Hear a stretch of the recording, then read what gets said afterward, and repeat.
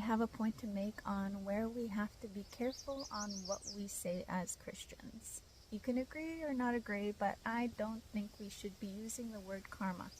It's in a different scope of belief. It's a Hindu word, meaning there's consequences for your actions, but the biblical term that we use is a man will reap what he sows, meaning we have a moral obligation to do good through God for goodness to be in our lives, and a moral obligation to not do evil because evil will come upon us.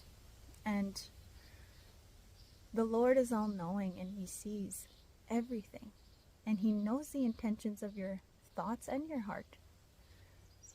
And there's no fooling him in this, but also to be careful in what you say. And another thing too, this moral obligation to do good, it's not a transaction with the Lord. Like, oh, if I do this good thing, you'll bring this. Or if I abstain from this sin, you'll give me this.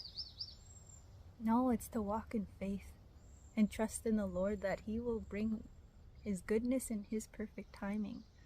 But you still have to abide in him and obey him. And to be careful in when you vow things, because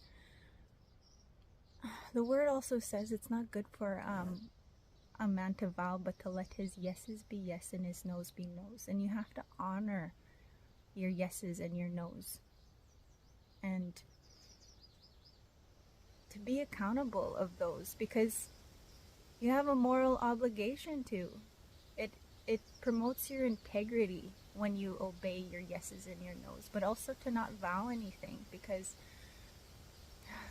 there's no taming your mouth, the word says.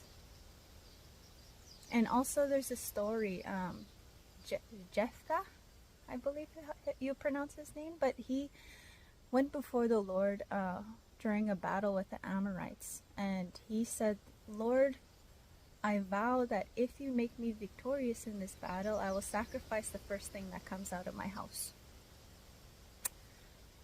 And he was victorious in the battle, so he came home, and the first person that came out of his house was his daughter. And he vowed to the Lord to sacrifice. God doesn't ask you to vow anything, but to trust him and abide in him and to do good through his goodness. So be careful what you say, and I pray this reaches somebody that needs to hear it. God bless you, and I love you.